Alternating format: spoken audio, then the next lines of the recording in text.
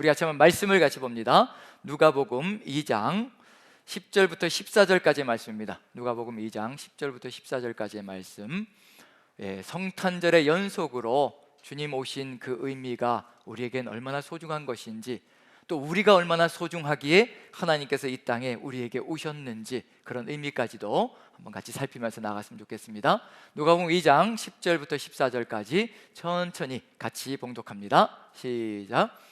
천사가 이르되 무서워하지 말라. 보라, 내가 온 백성에게 미칠 큰 기쁨의 좋은 소식을 너희에게 전하노라. 오늘 다윗의 동네에 너희를 위하여 구주가 나셨으니 곧 그리스도 주시니라.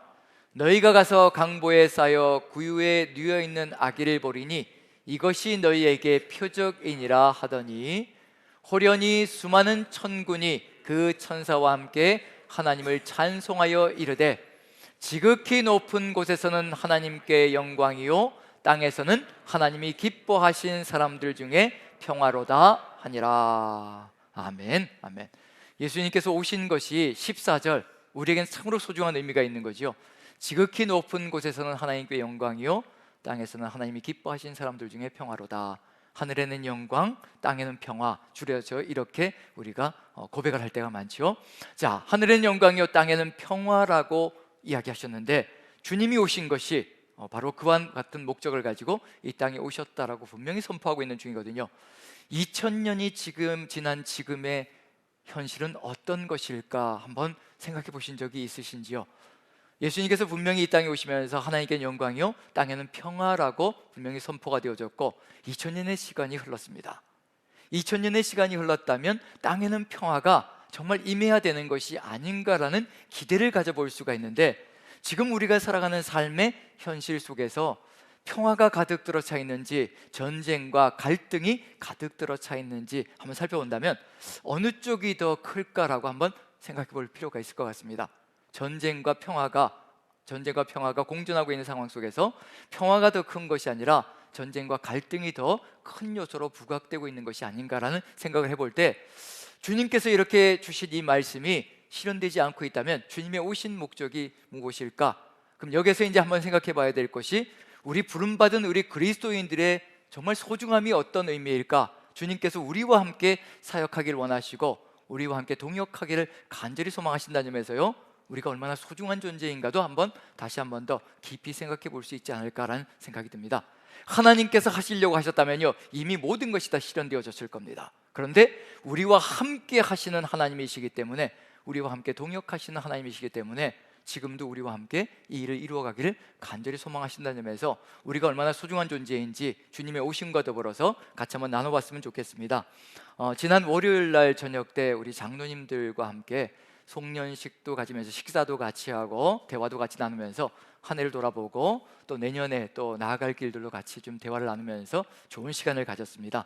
장로님들도 거의 대부분들이 다 참석해 주셔서 같이 좋은 시간을 가졌는데, 다 모이시기 전에 몇몇 분들이 같이 모였을 때 이제 대화의 장이 열리기 시작했는데, 어떤 대화의 주제가 생겼냐면 경쟁이라는 것이 정말 이게 나쁜 것이냐, 정말 나쁜 것이기만 한 것이냐, 경쟁에 대해서 이제 얘기를 하면서 이제 얘기를 나누다가, 경쟁이 그럼 어떤 것이냐 얘기를 나누다가 한 분이 이런 말씀을 해주셨어요. 만약에 경쟁이 없기를 원한다면 이 세상을 벗어나야 될 거라고.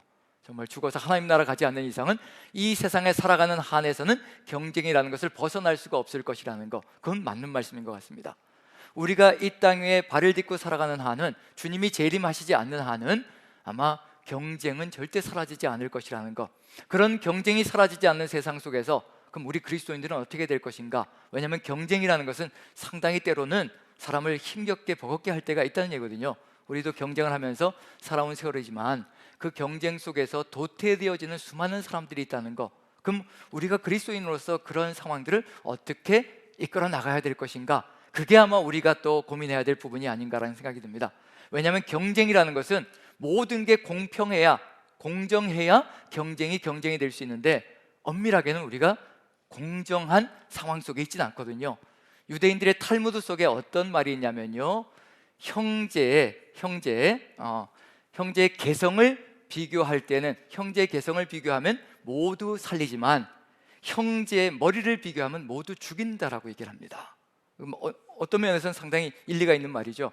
형제의 개성을 비교하면 각자의 개성은 다 다를 수 있고, 얘는 이런 개성이어서 멋있고, 얘는 이런 개성이어서 이런 재능이 있어서 또 멋있고, 이렇게 해서 다 부추겨주고 격려해 줄 수 있지만, 그렇게 개성을 비교하면 모두를 살릴 수 있지만, 하지만 형제의 머리를 비교하면 다 죽일 수 있다는 얘기거든요. 지능은 다 다르다는 얘기입니다. 오죽하면 예수님께서도 달란트를 맡기실 때 5달란트, 2달란트, 1달란트를 맡기셨거든요. 무엇에 따라서 그렇게 맡기셨다고 되어 있냐면 재능에 따라서, 각각의 재능에 따라서. 그 재능은 헬라어로 듀나미스란 단어입니다. 능력이란 단어거든요. 능력도 다 사람마다 차이가 있다는 겁니다.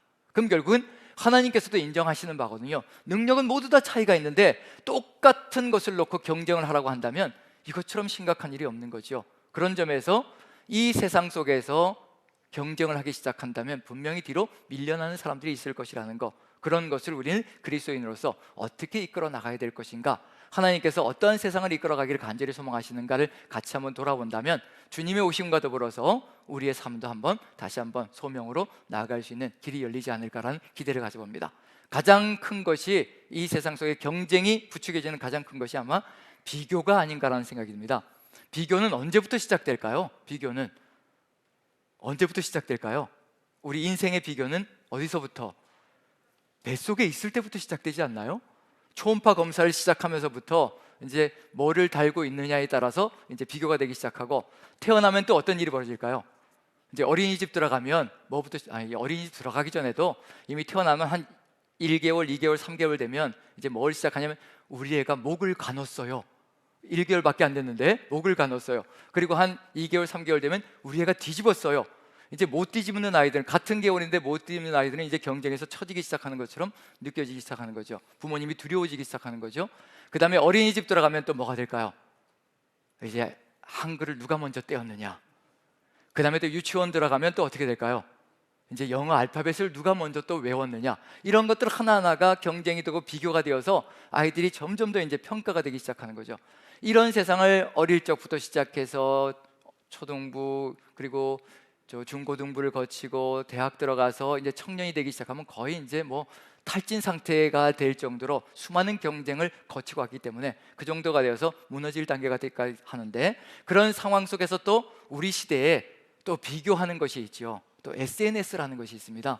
원래 SNS는 좋은 의도를 가지고 만들어진 거죠. 소셜 네트워크 서비스라고 해서 사회 관계망 서비스라고 하잖아요. 이 비대면 시대에, 그리고 또 이게 원거리 시대, 장거리 시대, 이 디지털 시대에 서로가 관계를 잘 형성해 갈 수 있도록 만들어진 것이 SNS라고 얘기한다면, 오히려 요즘은 이 SNS가 오히려 또 독소 조항이 되어서 또 사람들 사이를 또 이게 무너뜨리게 만드는, 그런 경쟁 심리가 되게 만드는 그런 요인들이 들어가 있는데, 이 SNS로 인해서 발생되어진 신조어 하나를 같이 한번 보기로 하죠. 신조어 보는데요. 자, 한번 읽어볼까요? 같이 시작. 카페인 우울증. 자, 이게 무슨 SNS가 무슨 상관이 있나? 카페인은 커피인데 카페 커피 값이 너무 올라가지고 이게 우울증이 생기는 건가? 카페를 가야 되는데 그런 건가? 카페인에 점이 들어가 있죠. 카자, 페자, 인자라는 겁니다. 이게 우울증을 만들어가는 요인이 되게 한다는 얘기거든요. 그 다음 부분을 보여주시면 카페인이 무엇인가? 카카오톡과 페이스북, 인스타그램의 약자를 카페인이라고 얘기합니다. 이 카페인, 카카오톡, 페이스북, 인스타그램이 왜 우울증을 발생시키는가? 자, 이 인스타그램에다가 페이스북에 보통 개인들이, 청년들이 주로 뭘 하나요? 이제 자기 걸 이제 올리는 거죠. 맛집에 가가지고 맛있는 음식을 먹기 전에 그냥 먹으면 되는데 뭐부터 하는 거예요? 사진을 찍죠. 그리고 찍고 블로그에 올리는 거죠. 그럼 이제 그걸 보면서 어떤 마음이 들까요? 다른 사람들 보면서 나는 저런 데 못 가는데, 나는 형편이 어려워서 저런 데 못 가는데 이 친구는 여기 가는구나. 같은 나이인데 나는 못 누리고 있는데 저 친구는 누리는구나. 이걸 선의의 경쟁으로 생각해서 나도 열심히 살아야지, 이렇게 나오면 좋은데 그런 게 아니라 경쟁 심리가 생각되는 거죠. 그래서 거기다 댓글을 달면서 비방글을 올리기 시작하고 이런 일들이 벌어지는 거죠. 거기에 덧붙여서 또 이제 아주 유명 관광지에 여행을 가가지고 사진을 쫙 찍어가지고 그걸 또 올리고, 또 유명 브랜드 제품을 산 다음에 또 찍어서 올리고, 이러한 것들이 자기 과시가 되고 또 자기 자랑이 되면서 다른 사람들에게 또 위압감을 조성할 수 있는 경쟁 심리를 조성하고, 또 또 박탈감을 제공해 줄 수 있는 것까지도 내려감으로 말미암아 이제 우울증까지 생기는 현상이 발생되어진다는 것이 바로 지금 우리 시대의 모습이 아닌가 생각이 듭니다.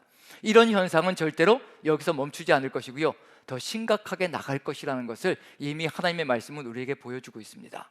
하나님의 말씀이 우리에게 그렇게 보여주고 있다는 얘기는 뭐냐면요, 우리 그리스도인들이 우리가 예수 그리스도의 제자로서 어떻게 주님의 뒤를 따라가야 될 것인가, 그 소명감까지도 우리에게 보여주고 있다는 점에서 우리는 그런 부정적인 내용을 통해서요, 우리는 긍정을 만들어가는 존재가 되어야 된다는 것을 알려주고 있다는 점에서 우리에겐 상당히 소중한 의미를 가지고 있습니다. 그래서 디모데후서 3장을 한번 보면요, 이런 세상이 계속 연결되어져 갈 것이라는 거, 어떤 세상인지 한번 디모데후서 3장 1, 2절만 한번 읽어봅니다. 5절까지도 계속 연결되어지는데 2절만 딱 보기로 합니다. 같이 읽습니다. 시작. 너는 이것을 알라. 말세에 고통하는 때가 이르러 사람들이 자기를 사랑하며 돈을 사랑하며 자랑하며 교만하며 비방하며 부모를 거역하며 감사하지 아니하며 거룩하지 아니하며, 이런 일들이 말세를 만나갈수록 말세 가까이 갈수록 이런 현상들이 더욱더 팽배해질 것이라는 것을 우리에게 알려주고 있는 중입니다. 인스타그램이라는 이런 것에 자신을 올리는 것은 자기의 자존감에 대한 그런 모습들이 잘 들어가 있는 거죠. 좋은 모습도 있지만 또 부정적인 모습들도 상당히 그 안에 들어가 있다는 것을 본다면, 우리가 자신이 존중받아야만 된다라고 생각하는 그런 모습들이 요즘 가장 크게 가치관으로 등장하고 있는 것이 아닌가 하는 생각이 들어집니다. 어쨌든 이 모든 것들을 우리는 지금 인스타그램을 잘 하지도 않으실 것이고요, 저도 마찬가지고요, 페이스북도 잘 하지 않는 그런 연세들이지만, 그럼에도 불구하고 우리가 이런 세상을 알아야만 되는 이유는 뭐냐면요, 우리가 이끌어가야 될 다음 세대가 바로 이러한 것에 현혹이 되어 있는 그런 세대라는 것을 우리가 생각한다면, 우리가 바른 걸음으로 이끌어가는 것이 어떤 것인가, 그것도 한번 깊이 새겨봐야 될 부분이 아닌가라는 생각이 듭니다. 자, 지금 이 시대의 비교를 통해서요, 누군가가 나보다 더 나았고 더 좋은 것을 가지고 있고 더 큰 것을 누리고 있다고 생각하면, 그것이 어찌 보면 경쟁의식이 생기고요, 심지어는 나와 다른 존재로 공격해야 될 대상으로까지 생각하는 부분들이 있기 때문에 이 세상이 아름답게 변해가는 것이 아니라 안타까이 변해가는 모습들이 있다는 점에서 지금 우리가 그리스도인으로서 어떻게 이런 세상을 아름답게 이끌어갈 소명이 있는가, 그게 우리에겐 참 소중한 것이 아닌가라는 생각이 듭니다. 우리의 마음속에도 어떤 것이 들어가 있을 것인가, 제 마음속에도 솔직하게 말씀드리면요, 질투심과 시기심이 들어와 있습니다.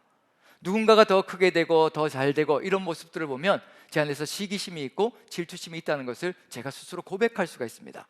그런데 중요한 것은 그것을 성령님의 역사로, 성령 충만함으로 어찌하면 잘 누리면서 그것을 다 극복하며 가느냐, 그것이 우리가 지금 살아가는 삶의 모습이 아닌가라는 생각이 듭니다.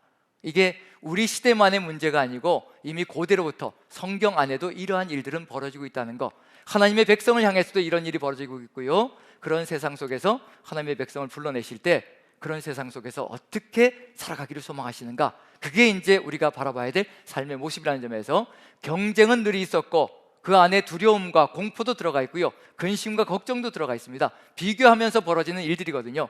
그 비교 속에서 하나님의 백성은 어떻게 살아가야 될 것인가, 그걸 우리 하나님은 우리와 함께 이루어가기를 소망하신다는 것을 보면요, 한번 출애굽기를 보면서 두 군데를 볼 텐데요, 출애굽기를 보고 또 민수기도 볼 텐데, 이스라엘 민족의 구세대에 대하여, 그 다음에 신세대에 대하여, 그리고 그 일들이 어떻게 연결되어져 가는가, 그걸 한번 살펴보면서 지금 우리 시대와 한번 비교해보며 나아갔으면 좋겠습니다. 먼저 이스라엘 구세대가 이와 같이 놀랍게 번성하는 역사가 펼쳐집니다. 한번 출애굽기 1장을 한번 봅니다.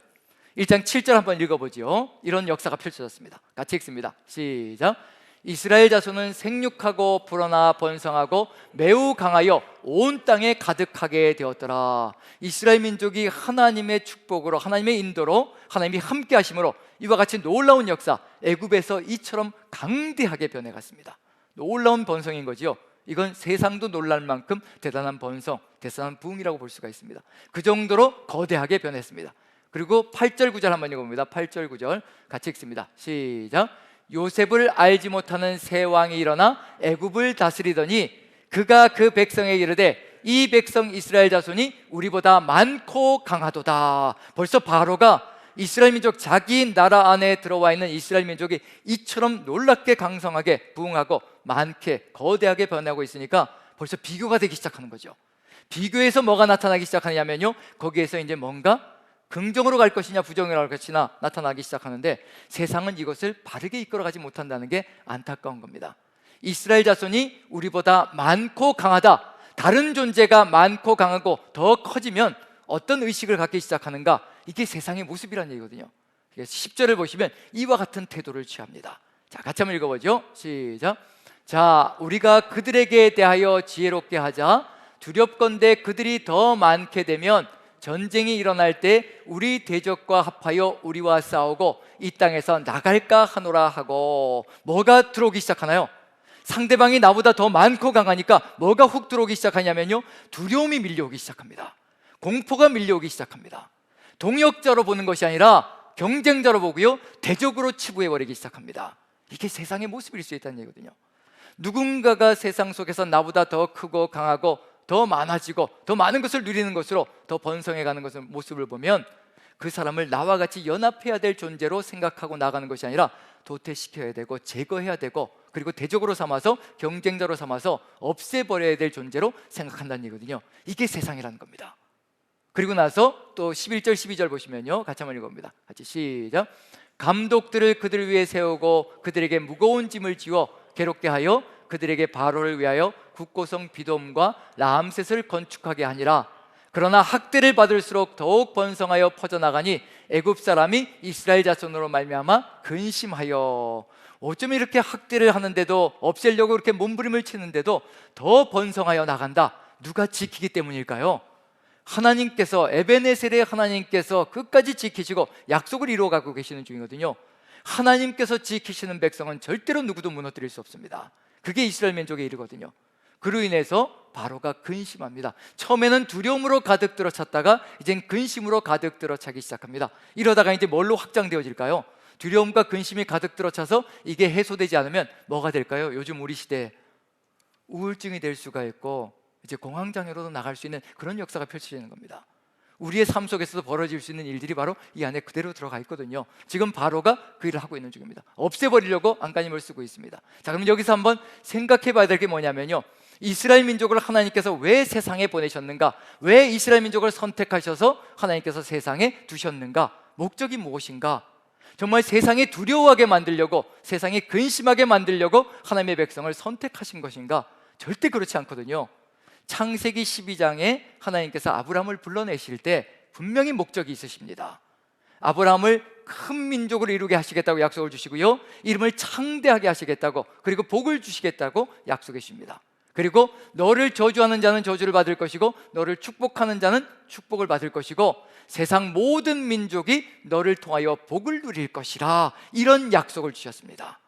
하나님께서 하나님의 백성을 불러내실 때 큰 목적이 뭐냐면요, 창대하게 하실 것이고요, 큰 민족을 이룰 것이고요, 그리고 거기에 덧붙여서 복을 주실 겁니다. 그런데 그 복은 자신들만의 것이 아니라 세상 모든 민족에게 나누어져야 될 축복의 통로로 세상 모든 민족을 위한 존재로 부르셨다는 것을 알려주고 있는 중입니다. 바로가 그걸 모르고 있다는 얘기가 되는 거죠. 바로가 그걸 모르기 때문에 이스라엘 민족이 많아지면 자기들이 오히려 자기들이 가진 것을 빼앗긴다라고 생각하고 있는 중입니다. 그래서 우리 그리스도인들이 반드시 회복해야 될 것이 있습니다. 무엇을 회복해야 되냐면 바로 저겁니다. 예배와 증거자의 사명을 반드시 회복해야 됩니다. 세상 속에 들어가서 예배자가 되어야 된다는 얘기거든요. 하나님만을 예배하는 존재, 하나님의 말씀만을 따라가는 존재, 생명을 걸고 하나님의 말씀 한마디에 모든 것을 다 걸고 나아가는 존재. 그러할 때요, 세상 사람들이 볼 수가 있습니다. 아, 그리스도인들은 하나님의 말씀을 따라서 펴라면 펴고 가라면 가고 멈추라면 멈추고 그러한 삶을 살아가는구나. 우리를 없애려고, 우리 것을 빼앗으려고, 우리를 무찌르려고 이 땅에 존재하는 존재가 아니라 하나님의 뜻을 받들어서 세상에 평화를 심으려고 이 세상에 부름을 받은 존재들이구나. 그것을 세상 사람들이 보기 시작할 때요, 그리스도인을 향하여 다른 의식을 가지고 다른 생각을 갖기 시작할 겁니다. 하지만 우리가 반대의 생각을 가지고 나간다면요, 하나님을 예배하는 존재가 아니고 나 자신을 예배하는 존재가 되고 나 자신을 증거하는 존재가 된다면 이제 그때부터는 다른 세상이 펼쳐질 겁니다. 세상도 믿지 않을 겁니다. 우리 것을 빼앗아 가려고 저렇게 안간힘을 쓰는구나, 저렇게 빼앗아서 나눠주지 않으려고 저러는구나, 그런 일들이 벌어지기 시작하면요, 이 세상도 그리스도를 믿지 않는 그런 역사가 펼쳐질 겁니다. 반드시 이스라엘 민족 9세대가 해야 될 일은 뭐냐면요, 바로 저와 같이 예배자와 증거자의 사명을 반드시 이루어 가야 되는 것. 그래야만 뭐가 되냐면 세상을 향해서 축복을 빼앗는 존재가 아니라 축복의 종착점이 아니라 축복의 통로가 되어서 세상을 이끌어가는 그런 역사를 이루어 갈 수 있다는 것을 보여주는 겁니다.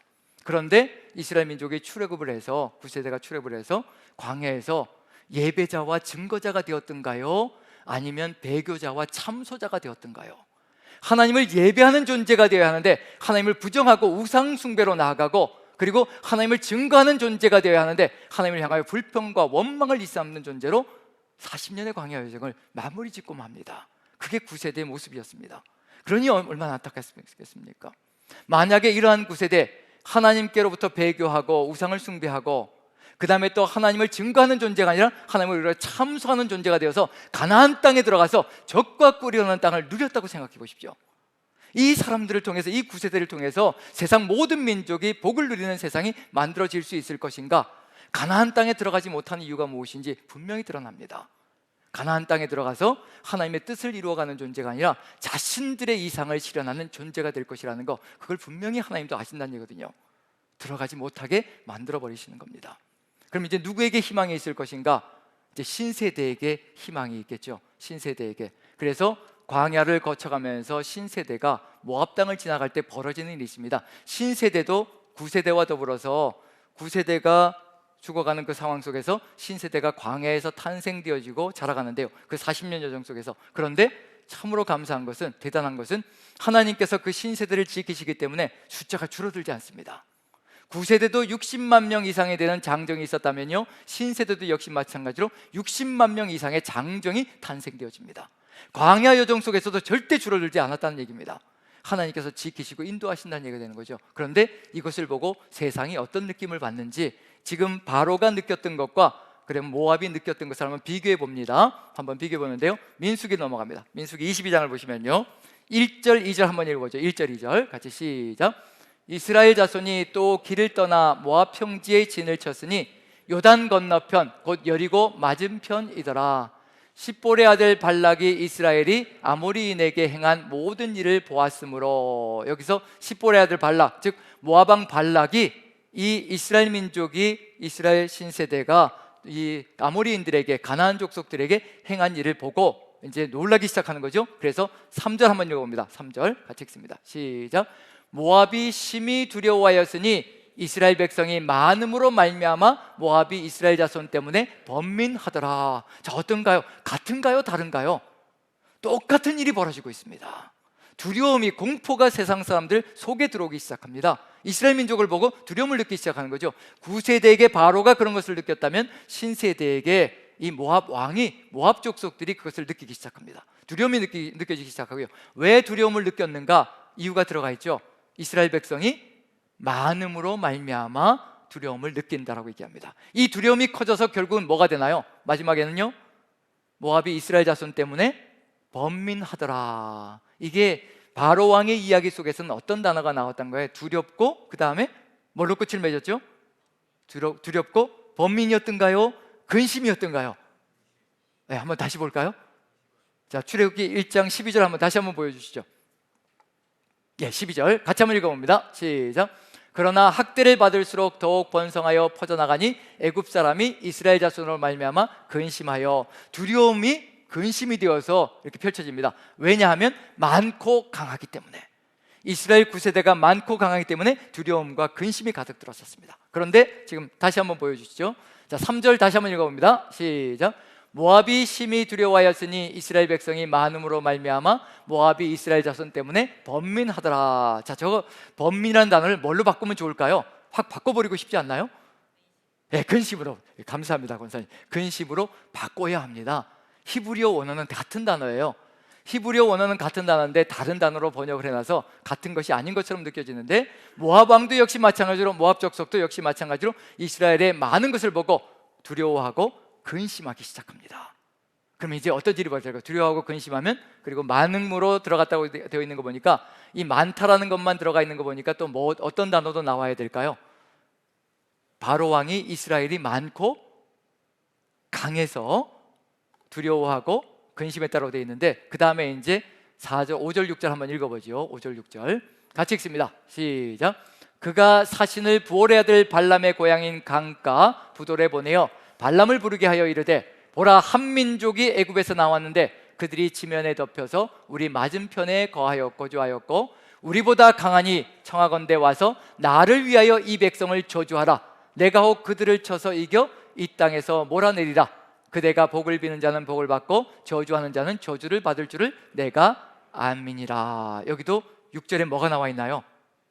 강하다. 같은 단어가 또 등장합니다. 많고 강하다. 그래서 모압이 두려워하고 힘겨워하고 근심하고 그런 일들이 벌어지고 있는 중입니다. 그래서 뭘 하려고요? 역시 바로왕이 했던 것과 똑같은 짓을 하고 있습니다. 이스라엘 민족을 또 없애버리려고 저주를 걸려고 누구를 초청했다고 되어 있나요? 발람을 초청했습니다. 이것처럼 어리석은 일이 어디 있겠습니까? 세상 사람들은 경쟁해서 이기려고 이렇게 다른 사람을 끄집어들여서 자기 편으로 만들어가지고 어쩌든지 자기보다 강한 존재, 많은 존재를 무너뜨리려고 안간힘을 써댑니다. 그게 바로 우리가 살아가는 세상 속에서도 흔히 보이는 일이죠. 전혀 손을 잡을 것 같지 않은 사람들이 손을 잡고서 상대방을 무너뜨리려고 하는 그런 일들이 정치판 속에서도 벌어지고 있잖아요. 분명히 같이 갈 수 있는 사람이 아닌데, 같이 갈 사람들이 아닌데 상대방이 너무 강하니까 둘이 합쳐야 이겨낼 수 있으니까 그렇게 서로 힘을 합치는 경우가 있습니다. 그런데 여기서 분명히 발락이 잘못 가고 있는 이유는 뭐냐면요, 발람을 초청하는데 목적이 뭐냐면 6절에 보면 제가 다시 한번 읽어봅니다. 우리보다 강하니 청하건대 와서 나를 위하여 이 백성을 저주하라. 내가 혹 그들을 쳐서 이겨 이 땅에서 몰아내리라. 그대가 복을 비는 자는 복을 받고 저주하는 자는 저주를 받을 줄을 내가 알미니라. 이게 완전히 잘못 가고 있는 이야기입니다. 잘못 선택한 거죠. 손을 잡아야 될 사람이 누구인지 잘못 알고 있는 중입니다. 발람이 저주하는 자가 저주를 받고 축복하는 자가 축복을 받는 것이 아니라 분명히 하나님께서 이스라엘 민족을 불러내실 때, 아브라함을 불러냈을 때 약속하신 것이 있습니다. 너를 저주하는 자는 저주를 받을 것이고 너를 축복하는 자는 축복을 받을 것이라. 네가 바로 세상의 축복의 통로가 될 것이라. 이스라엘 민족이 바로 세상의 축복의 통로가 될 것이며 이스라엘 민족을 통하여서 모든 족속이 축복을 받을 것이라. 분명히 누가 축복의 통로가 된다고 얘기했냐면요, 이스라엘 민족이 바로 그와 같은 존재가 된다는 것을 알려주고 있는 중입니다. 지금 이 시대에 누가 이 세상의 축복의 통로인가? 바로 우리 그리스도인이라는 것을 분명히 우리가 알고 있어야 합니다. 누구를 증거할 수 있는 존재가 우리밖에 없기 때문이냐면요, 하나님을 증거할 수 있는 존재가 우리밖에 없기 때문에 그렇습니다. 축복 중에 최고의 축복은 임마누엘입니다. 하나님이 우리와 함께 하시는 겁니다. 전능하신 하나님께서, 위대하시고 원대하신 하나님께서 우리와 함께 하시는 것이 최고의 축복 중에 축복입니다. 하나님이 함께 하시면 부족함이 없고요, 그리고 모자람이 없습니다. 그리고 여기까지 지켜주신 것처럼 에베네셀의 하나님이 되신다는 것 분명히 우리가 믿고 확신합니다. 하나님이 함께 하시는 것이 축복 중에 축복인데 누구와 손을 잡는 것이 가장 최고의 축복을 누릴 것인가? 바로 이스라엘 민족과 손을 잡아야 하는데 엄한 사람과 손을 잡고 망하는 길로 갈 수밖에 없다는 것, 그걸 보여주고 있는 중이거든요. 지금 우리 시대도 역시 마찬가지입니다. 우리가 바로 세상의 축복의 통로라는 것, 우리가 아니면 세상에 축복을 전할 수 있는 존재가 없다는 것, 영생의 길이 없다는 것을 분명히 우리에게 알려주셨고, 우리가 세상 속에 들어가 예배자와 증거자가 된다는 것, 그것이 바로 그와 같은 소명이라는 것을 알려주고 있는 중입니다. 그럼 결국 세상이 평화를 누릴 수 있는 길이 어디 있을 것인가? 하늘에는 영광이요 땅에는 평화라. 이 땅이 평화를 누릴 수 있는 길이 어디에 있을 것인가? 평화의 신 예수 그리스도를 증거할 수 있는 존재가 누구인가? 거기밖엔 답이 없습니다. 그리스도인들이 서 있지 않는다면 그 일은 이루어질 수도 없고 나아갈 수도 없는 일이라는 것을 분명히 보여주고 있는 중이거든요. 여기서도 분명한 건 뭐냐면 하나님의 백성이 가장 소중한 존재라는 것, 그 정도로 소중한 책임을 가지고 있고 소명을 가지고 있다는 것을 우리가 믿는다면요, 우리가 걸어가는 곳마다 우리는 축복의 통로입니다. 직장에서도 축복의 통로이고요, 가정에서도 축복의 통로이고요, 우리가 걸어가는 길마다 만나는 사람들마다 우리 때문에 축복을 누리는 존재가 될 수 있다는 것, 그게 우리가 확신 속에 가득히 들어 산다면요, 그리스도인으로서 더욱더 열정적으로 살아갈 수 있지 않을까 기대를 가져봅니다. 이제 여기서 발람이 아무리 저주를 하려고 해도 저주가 되나요, 안 되나요? 아무리 저주를 하려고 해도 저주가 들어가질 않습니다. 누가 막으시니까요? 하나님께서 발람의 입을 막고 저주가 아니라 저주를 쏟아부으려고 해도, 점수를 부리려고 해도 점괘가 들어가지 않고 말이 통하지 않고 오직 하나님께서 주시는 축복밖에는 쏟아부을 것이 없는 것, 그것이 바로 발람이 할 수밖에 없는 일입니다. 그리고 마지막 순간에 또 한 가지 보여주는 것이 있습니다. 발람을 통해서 예언을 하는데요, 먼 훗날을 예언합니다. 이런 날이 오면은 세상에 평화가 넘치는 세상이 이루어질 수 있을 것이라, 바로 그날을 기대하게 만드는 그런 예언으로 마무리 짓게 만듭니다. 그게 바로 발람의 마지막 예언인데요, 한번 보시죠. 어떤 예언인지. 자, 민수기 24장 17절입니다 17절 같이 한번 읽어보죠. 시작. 내가 그를 보아도 이때의 일이 아니며 내가 그를 바라보아도 가까운 일이 아니로다. 한 별이 야곱에게서 나오며 한 규가 이스라엘에게서 일어나리라. 여기서 무엇을 의미하는 것처럼 느끼시잖아요. 한 별이 야곱에게서 나오고 그 다음에 한 규, 한 왕이 이스라엘에게서 일어난다. 언제를 의미하는 것처럼 보여지시나요? 바로 예수 그리스도께서 이 땅에 오신다는 것.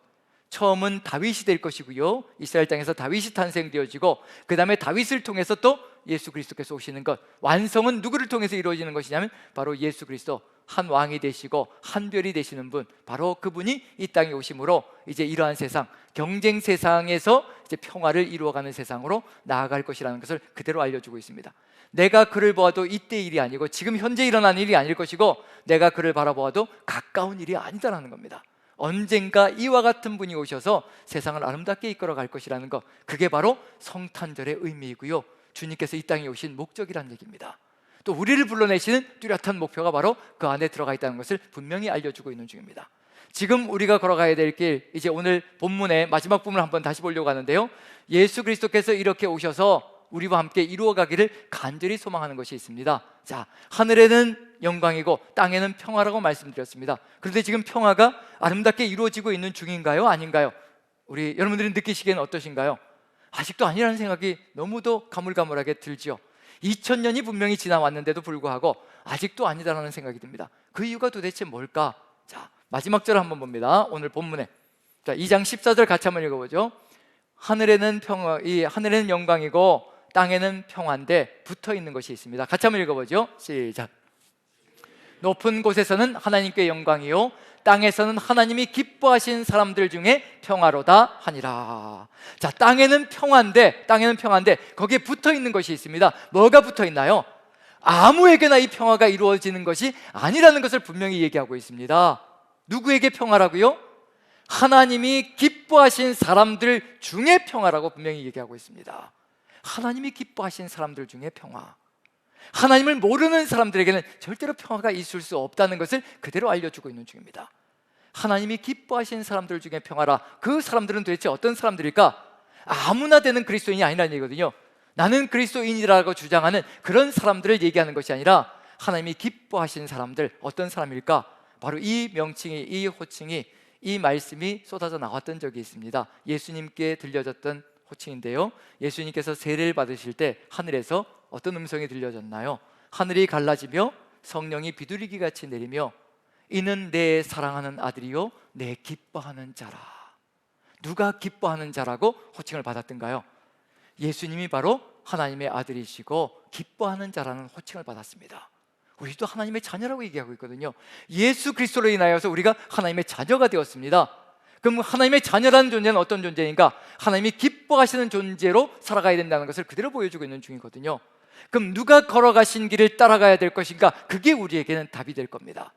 예수님께서 가신 길을 우리가 걸어가지 않는다면요, 우리의 십자가를 지고 주님의 뒤를 따라가지 않는다면 우리는 하나님의 자녀라는 소리도, 그 다음에 하나님이 기뻐하시는 자라는 소리도, 그것마저도 감당할 수 없는 존재가 될 수밖에 없을 것이라는 거, 바로 그게 우리 그리스도인의 삶 속에 이제 책임과 소명으로 주어져 있다는 겁니다. 주님이 가신 그 길을 한 걸음씩 한 걸음씩 우리가 뒤를 따라가면서 주님의 뒤를 밟아 나갈 때 우리가 이 세상을 이끌어 나가는 길로 열어갈 수 있을 것이라는 거, 예수님께서 십자가의 길을 걸어가시며 보여주신 것이 있습니다. 경쟁 세상 속에서 어떻게 평화의 나라를 이루어갈 수 있을 것인가, 하나님 나라를 이루어갈 수 있을 것인가. 분명히 제자들은요, 예수님의 그 십자가의 길을 따라가면서 뒤에서 누가 제일 크냐라고 경쟁 다툼을 했습니다. 누가 제일 크냐라고 다퉜다라고 되어 있거든요. 제자들도요 예수님의 십자가를 따라가며 누가 크게 될 것이냐, 내가 크냐 네가 크냐 경쟁을 했다는 얘기거든요. 결국 그 안에는 뭐밖에 없다는 얘기냐면 다툼밖에 일어나는 것이 없습니다. 그리고 심지어는 야고보와 요한은 예수님께 넌지시 와서 우편과 좌편을 달라고 하죠. 그때 다른 제자들이 듣고 화를 냈다고 얘기합니다. 분노했다고 얘기합니다. 결국은 누가 더 높아지려고 하고 누가 더 악의 다툼을 벌이며 깃밟고 올라가려고 할 때 그곳에서는 평화가 일어나는 것이 아니라 결국은 싸움밖에 일어나는 것이 없다는 것을 그대로 보여주고 있는 중입니다. 그때마다 예수님께서 알려주시는 것이 있죠. 너희들이 크고자 하느냐 낮아서 섬기는 자가 되어야 될 것이고, 너희들이 으뜸이 되고자 하느냐 낮아져 종이 되어 가장 낮은 자의 삶을 살아가야 될 것이라. 그것이 가장 최고의 삶이고 그것이 가장 큰 자의 삶이라는 것을 알려주십니다. 거기에 덧붙여서 인자가 온 것은 섬김을 받으려 함이 아니고 섬기려 하고 자기 목숨을 많은 사람을 위하여 대속물로 주기 위하여 왔다. 이 세상의 평화를 이루는 길은 다른 것이 없습니다. 예수 그리스도의 그 십자가의 길을 우리가 따라가는 것, 그것밖에는 없습니다. 높아지려고 하는 사람은 최고로 낮아져서 높은 자리에 올라갔을지라도 가장 낮은 자리로 섬기는 삶을 살아가야 될 것이고, 자신이 누리고 있는 그 모든 것들을 가지고 축복의 통로가 되어서 하나님의 뜻을 이루어가는 그런 세상을 이루어갈 때 이 세상은 평화를 맛보기 시작하고 이 세상은 평화를 누리는 세상으로 나아갈 것이라는 것, 그것이 바로 하나님의 자녀로서의 삶과 하나님이 기뻐하는 자로서의 삶을 걸어가는 역사라는 것을 우리가 마음에 새긴다면요, 우리 주님께서 오셔서 지금도 우리를 이끌어 가시기를 간절히 소망하시는 것, 바로 그와 같은 길이라는 것, 그와 같은 그리스도인들을 세우기를 간절히 소망하신다는 것을 마음에 새기고, 저와 여러분들 주님의 그 길을 따라서 십자가를 지고 한 걸음 한 걸음 주님의 뒤를 따라가며 정말 축복의 통로가 되어 이 세상을 평화의 세상으로 이루어가는 여러분들 되시기를 간절히 축원드립니다.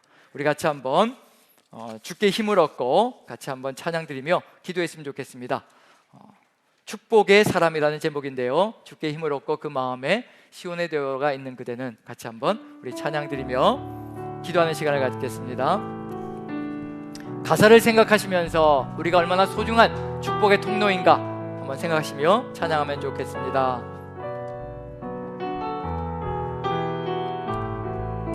주께 힘을 얻고 그 마음에, 주께 힘을 얻고 그 마음에 시온의 대로가 있는 그대는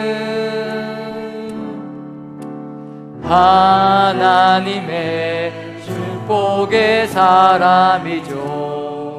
주님 그대를 기뻐하시죠. 아멘. 우리를 기뻐하시는 주님을 생각하며 그 입에 거하기를 사모하고 주를 항상 찬송하는 그대는 하나님의 축복의 사람이죠. 아멘. 주님 그대를 사랑하시죠. 아멘. 그대 섬김은 아름다운 찬송, 그대 헌신은 향기로운 기도, 그대 헌신은 향기로운 기도. 그대가 밟는 땅 어디에서라도 주님의 이름 높아지. 다시 한 번 더 찬양합니다. 주께 힘을 얻고, 주께 힘을 얻고 그 마음에. 아멘. 우리 모두에게 시온의 대로가 있기를 소망합니다. 가 있는 그대는 하나님의 축복의 사람이죠. 그대를 너무 기뻐하시죠. 아멘. 주의 집에 거하기를 사모하고 주를 항상 찬송하는 그대는, 항상 찬송하는 그대는 하나님의 축복의 사람이죠. 하나님의 축복의 사람이죠. 주님 그대를 너무 사랑하시죠. 아멘. 그대 섬김은 아름다운 찬송, 아름다운 찬송. 아멘. 그대 헌신은 향기로운 기도, 그대가 밟는 땅, 그대가 밟는 땅 어디에서라도 주님의 일. 다시 한 번 더. 그대 섬김은 아름다운 찬송, 내 섬김은 아름다운 찬송하네.